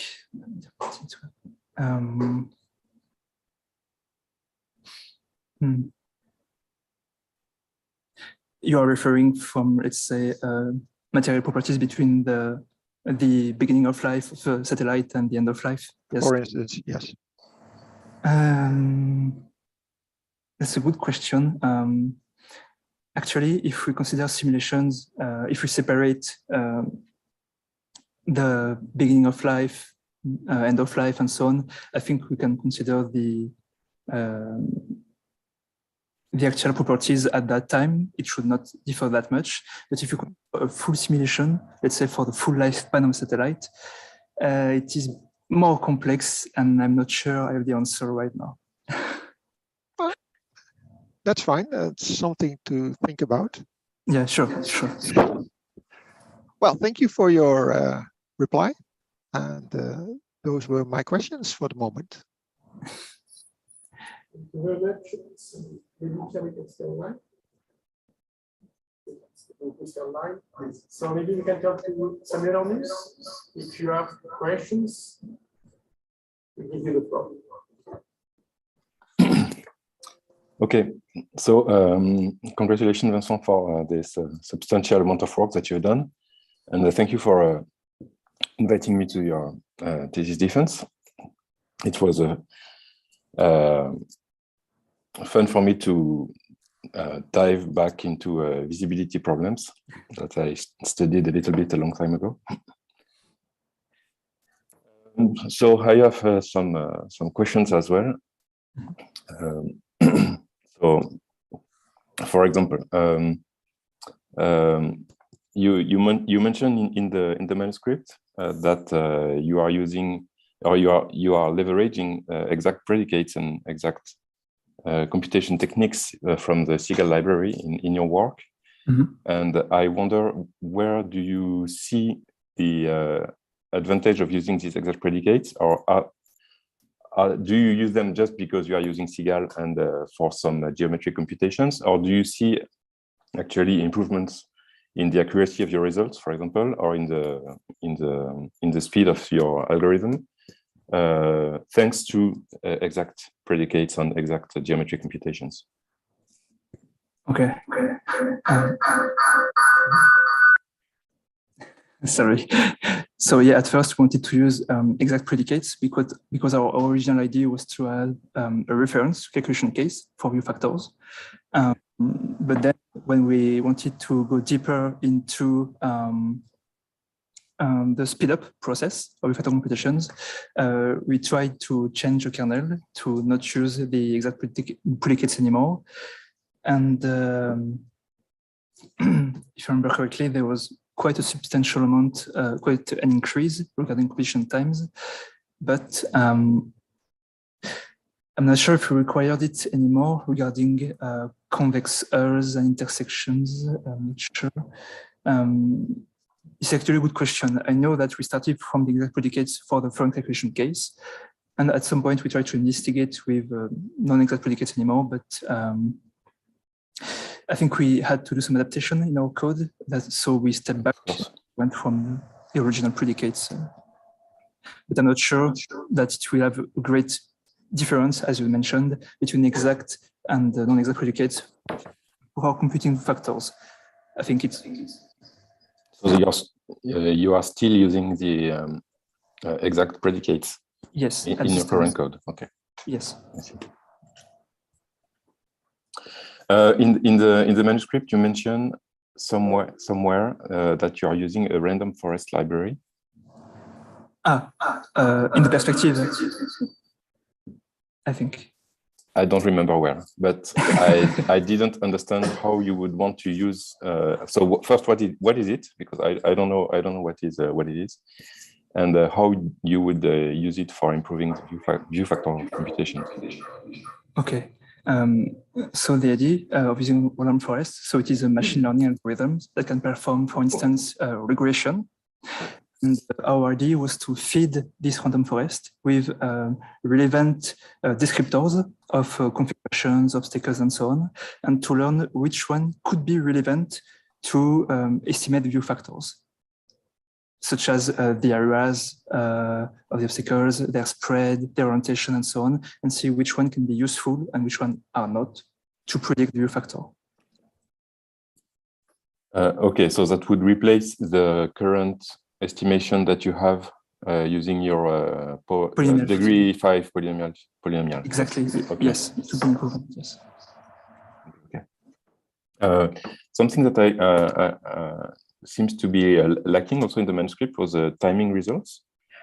Nowhere did I see the actual time that it took to compute, for example, the full view factor matrix, and the comparison of these computation times with View 3D, because you are comparing to this software.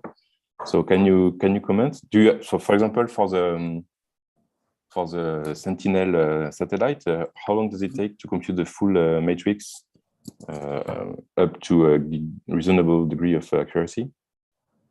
Is it like 5 minutes or 3 days? Or?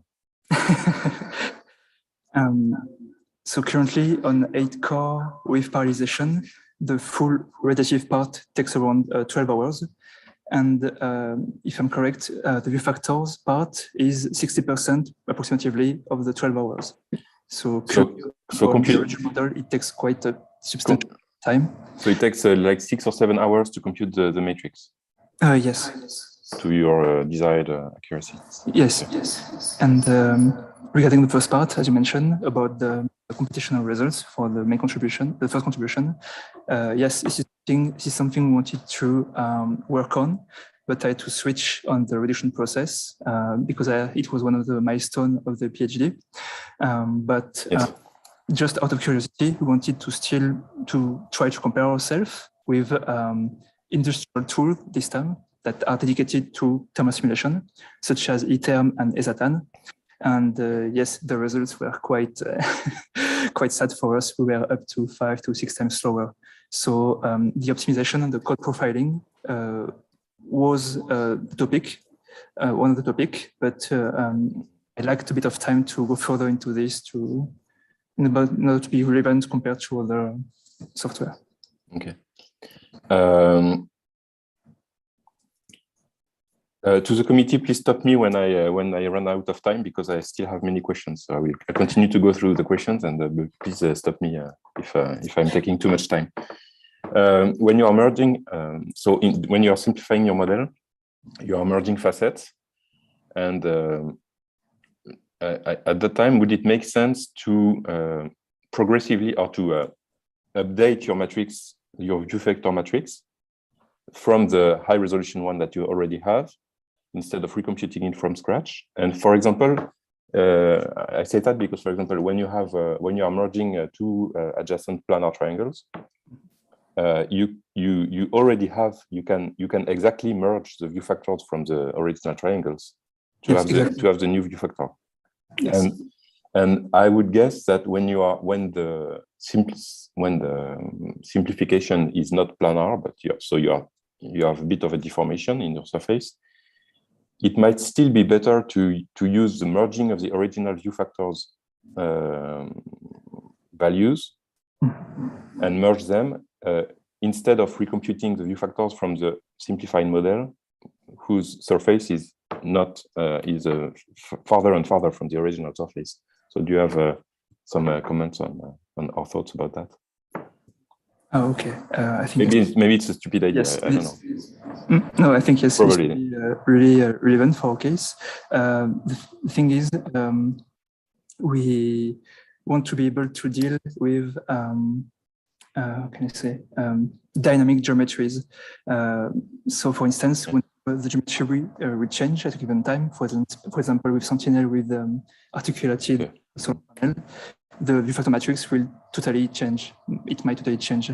So maybe there are some parts that are not affected by this. So we can keep, we can use the approach you detailed, but for the other parts that change the view factor matrix in other ways, we might have to recompute it anyway.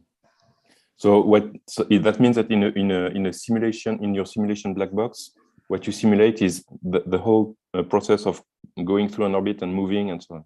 Exactly, yes. You can simulate this, yes. And this is what we performed basically. We performed a full orbiter with the kinematics on the solar panel. Okay. I'm not sure that was okay. I didn't get that the black box was a complex black box. Yes, such a complex one. In slide 22, you have a flowchart for visibility for view factor computations, and I don't see the full occlusion computation in this chart. So where is it? And which I find sad, because it's I think it's a very cool features of your techniques, and especially the way you filter you do numerical computation with the ray tracing first before doing the exact full occlusion computations, kind of like filtering in the Seagal predicates. So where is it in this flowchart, and why does it not appear in the slide? So it was there initially. I removed it for visibility properties, and I thought to explain it at the same time when I was dealing with full visibility. I think I forgot it, so I should have let it as it was and explain it at that time. And yes, and our approach uses the Seagal predicates with intersections between tetrahedrons from the convexors between facet pairs and the arbitrary for collisions. But as you mentioned in one of your comments, we do not consider the occlusion.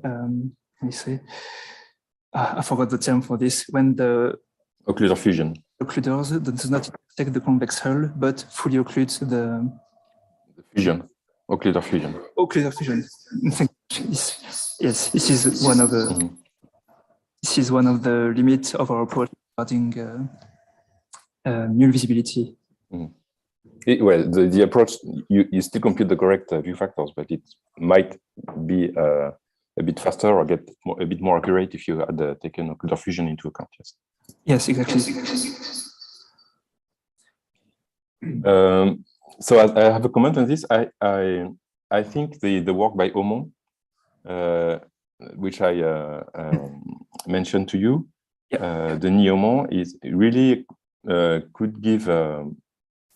I mean, I think you could use what you have already computed when you try to cut the convex hull in two parts with the union of the triangles. When you compute this union of the triangles, you also compute what would be needed to start the computations by Denis Aumont in the ray space for using occluder, taking into account occluder fusion and so on. So it might be interesting to add Denis Aumont's techniques at the end of your in your process. I think it would be it might be quite useful, and I suspect that it might also, in case it detects that there is partial visibility, it might also locate where the visible rays are, and so it might also be useful for doing if there is partial visibility for computing the ratio, the actual view factor, right, numerically. So I would suggest it's a good technique to look at. Okay, I thank you very much and I will have a deeper look into it. And thank you very much. It's very useful for our approach. Thanks a lot. Okay, so let me try find one more question. What would I like to ask? Yes, I would like to understand better that will be my last question. Better the slide 26. That's figure 319 in the manuscript. So in the polygon-based estimation, that's a blue curve. You stay at 0 up to until you have 30 elements. Exactly. So that is, you have subdivided the triangles, and you have 30 smaller triangles, and now you start to have some visibility. Yes. Positive visibility. So you found that all the pairs were. So why do you have 0 up to here? Because did you use you found that all the pairs were fully occluded, or just all the ray sampling gave an occlusion? Yes, this means that for the blue curve, that there was no full visibility in order to apply the closed form whenever there is no obstacle. There was every time for these 31st triangles, there was every time a tiny bit of obstacle in between them, so we could not apply the closed form. But then why? Ah, yes, and you refrain from using prediction. Okay. Yes, exactly. I see. Yeah, so it seems that purely polygon-based approaches are are really not good to adapt to the shape of the visible rays, right? Because the shape of the visible rays is a kind of a 4D or 3D surface in a 4D space, and it's hard to capture it with polygonal subdivisions. Exactly, yes. And is it the same subdivisions that is used for the red curve? No, I should have precised it. For the red curve, it is the adaptive one with the linearly squared fitting. And why is it not the adaptive one for the blue curve? It is purely the midpoint one, the longest stage bisection one. I want you to try the simplest one, but maybe it was more relevant, as you said, to compare ones with and without predictions. Okay, yeah. And so that's why there is a difference because I was not able to understand why the red and the yellow curves are different at the beginning. And that's maybe it's because the subdivision is different. You are not using a sampling and a lot of rays in the red curve. Exactly, yes. In the blue curve, sorry. In the blue curve, you are not sampling the triangles and throwing a lot of rays between triangles. Yes. Okay. Okay, and okay. That's okay. It's clear now. This for this figure. Okay, so I have more questions, but I will stop here. I would just like to say that I believe that there is a lot of opportunities to considerably speed up all these computations. For the convex cell computations, I don't think you need to subdivide it into tetrahedra. There are other techniques. You suggested PG algorithm. Yes, yes, exactly. Yes, you have my notes, so you know that. I read that. And GPU is clearly the way to go for many things. Also, and as a crazy suggestions, following what Harry was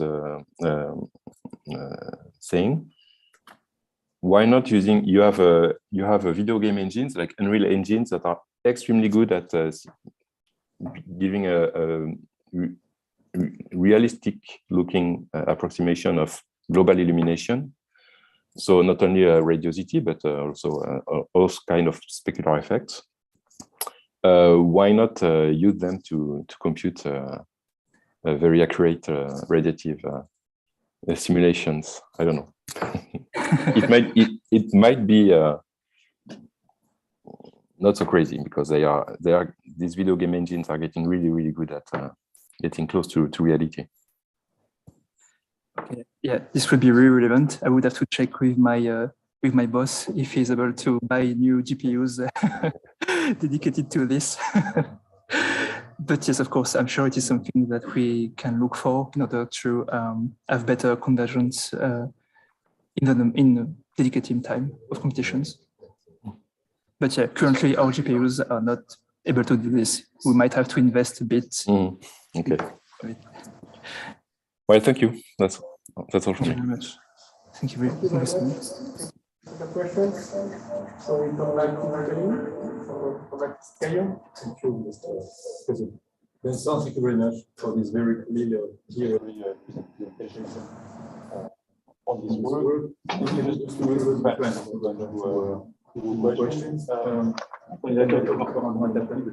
Je suis très heureux d'avoir un ancien élève donc, qui a fait cette thèse en maths appliquées. C'est remarquable. Il fait le plaisir en plus de revenir faire des cours en Master 5, en Master 2.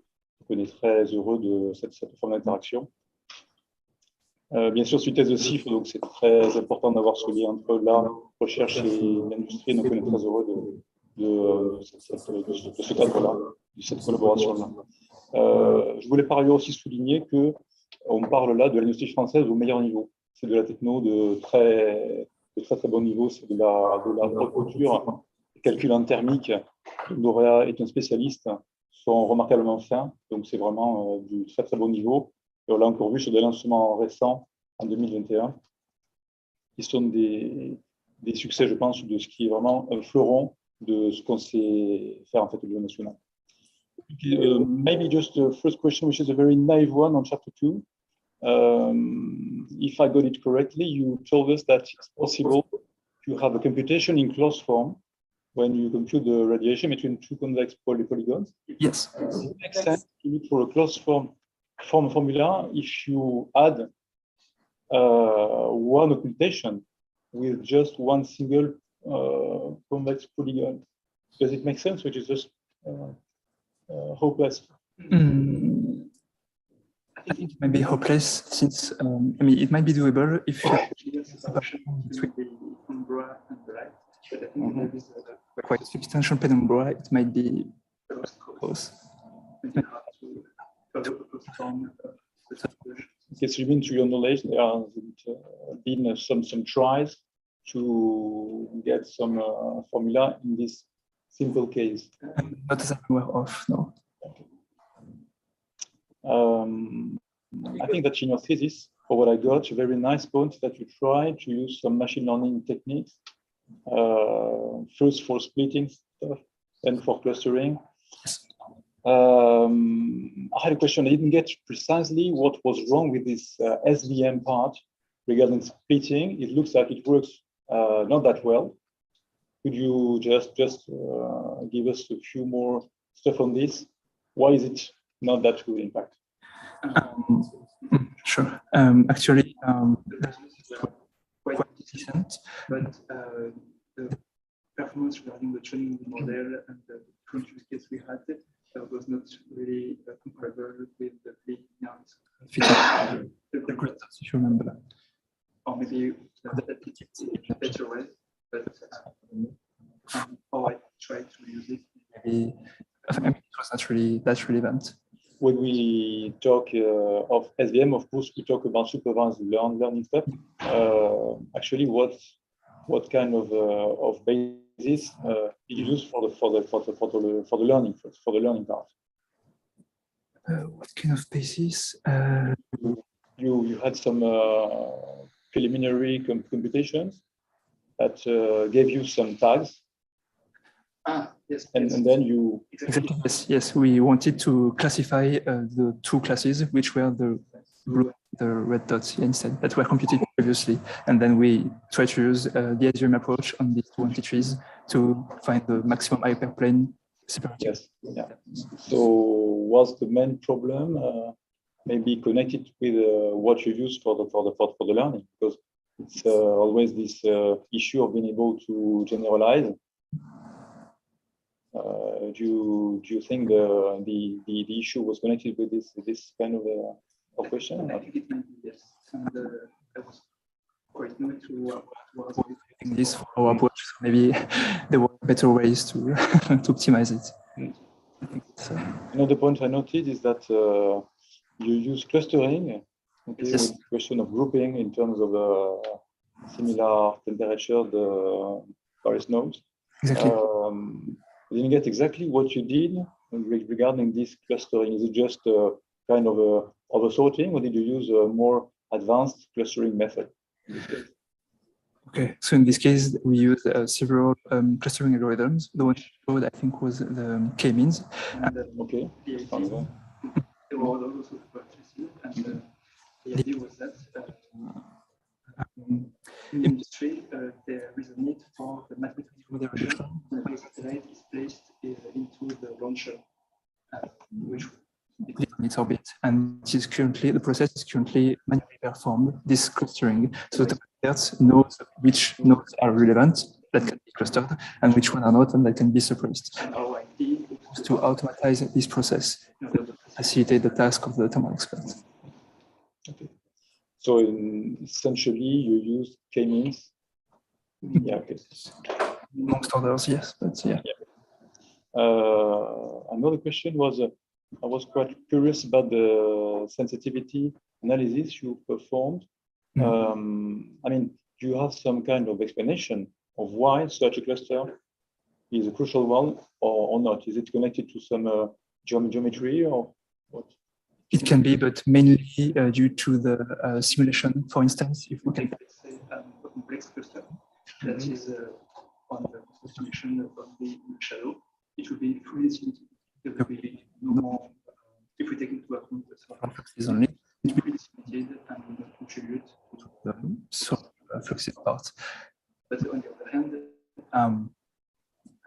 even a small cluster that can be reduced to a cube, something like this, that is exposed to the solar flux directly. Even a small oxidation of this might impact really the distribution process and so the decimation. So it depends mostly on the decimation. Okay, so it means not clear to extract some basic knowledge about which one is more crucial one or not. There can be, I mean, there can be an improvement toward this on thermal expertise. For instance, if the expert knows which cluster, depending maybe on metal properties, would be relevant, you can put a higher importance on them and maybe estimate them with more care compared to the other one. So this would be, yes, an improvement. The physics directly in the Maybe one last naive question to end. On slide 35, I was a bit surprised. Maybe can you please go back to the, I mean, go further to the 35 one? Yeah. Yeah. I mean, when I see that, I was a bit surprised that the two curves are almost similar. Of course, there is, and I think it was quite clear in the next slides. Okay, there is some thresholds below which, of course, the curve will just change, right? Is it clear to guess a priori where the threshold will be or not in terms of this kind of reduction? Maybe yes, but since it was something that was remote and not really applicable, not necessarily to thermal, but something else. That's why we try to use the sensitivity analysis to learn. Yes, to guess exactly. But if a thermal expert has a model, I'm pretty sure he knows already how much you can reduce it, or which parts are not really sensitive and which ones are. So yes. This is to focus on modularity. That's why yes. Okay.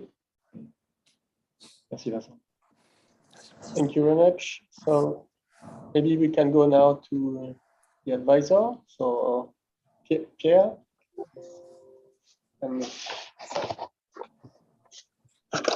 Okay. So I will, of course, not ask questions to Vincent because I kept asking questions during the meeting. I want rather to instead to thank Dorea and thank also Vincent for getting me into this new field for me. It's really doing geometry processing, but informed by the physics. And I think for me, it was, I must say that I do echoing also what Jean-Baptiste said, like usually we do bit of applied math and geometry, data structure and algorithms. But usually the problem statement for us is more in terms of, oh, you should generate triangles that are well-shaped, or in terms of geometry, hoping that this will serve the practitioner, the physicist. This time, for the first time, we made the physics, enter more, like really inform as early as possible into our algorithm. And for me, that was really very stimulating, very motivating, and now up to the point that we want to do now physics-informed geometric modeling.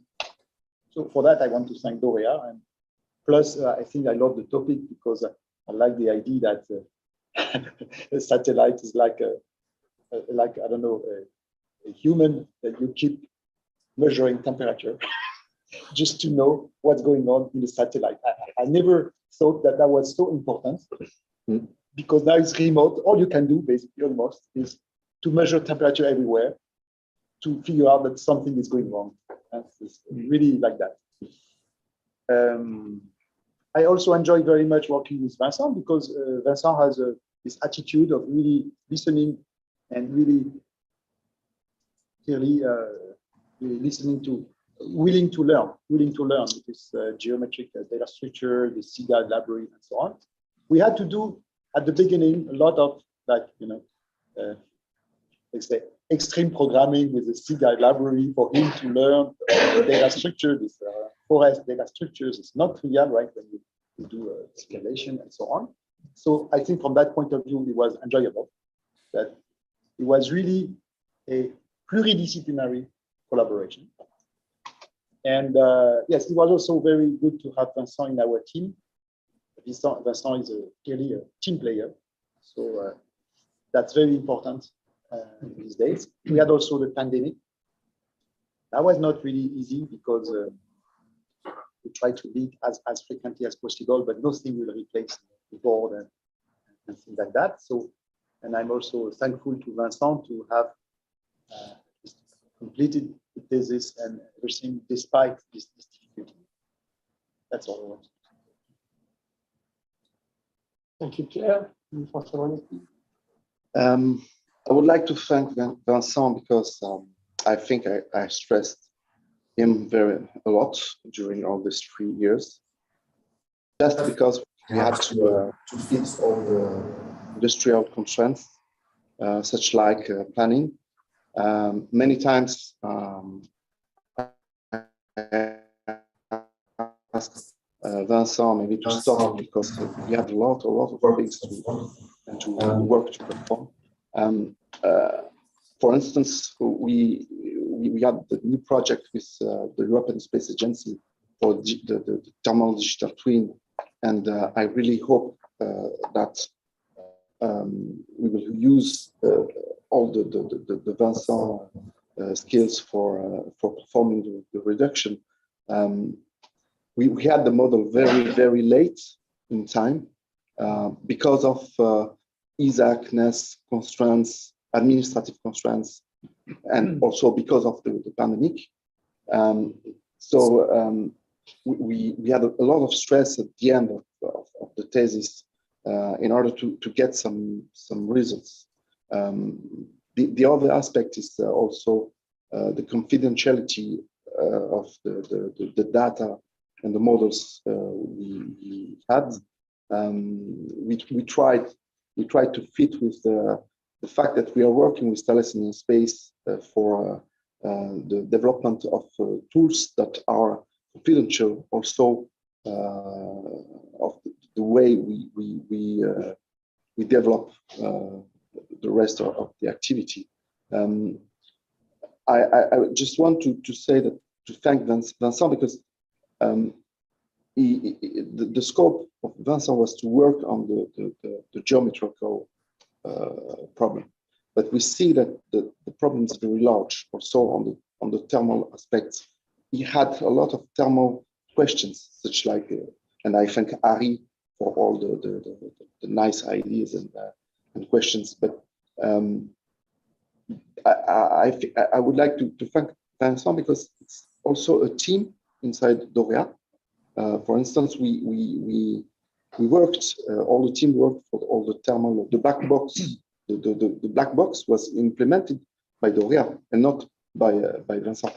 But of course, Vincent was aware about what the black box was containing and how it works. The challenge was really to work on the reduction and to mix with all the physics that he was not working on. And I would like to underline this. And at the end, I would like to thank all the jury, and I'm really surprised by the quality of the people. Surprised.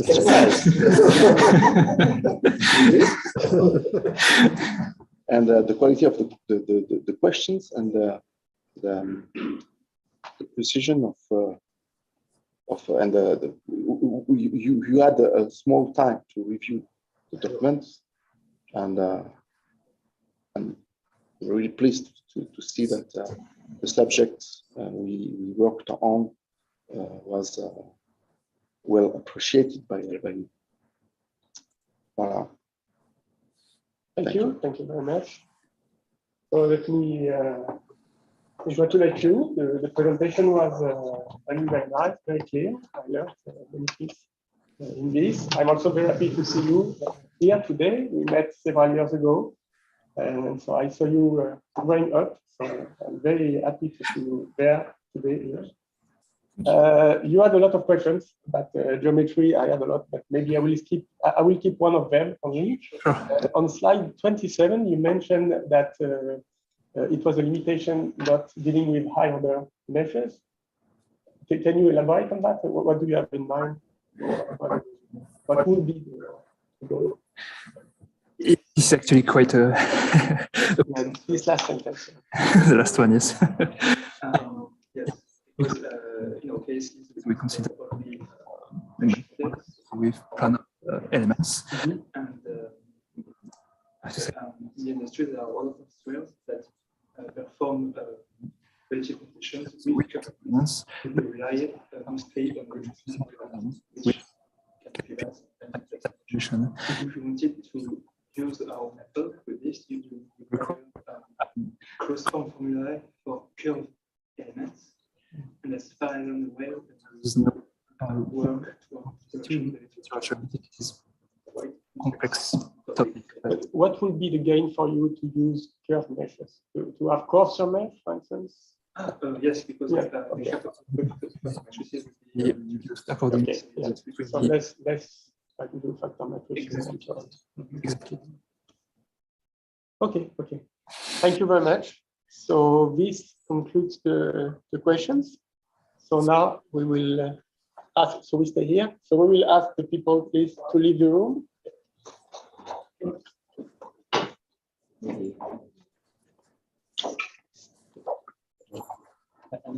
That's also. Should I disconnect from Zoom or? Yes. No. YouTube. Yeah. You can disconnect yourself. Éventuellement. And I should also stop the streaming. Yes. On YouTube. So let me do that. Thank you, Harry and Samuel. Thank you very much. I appreciate your comments. And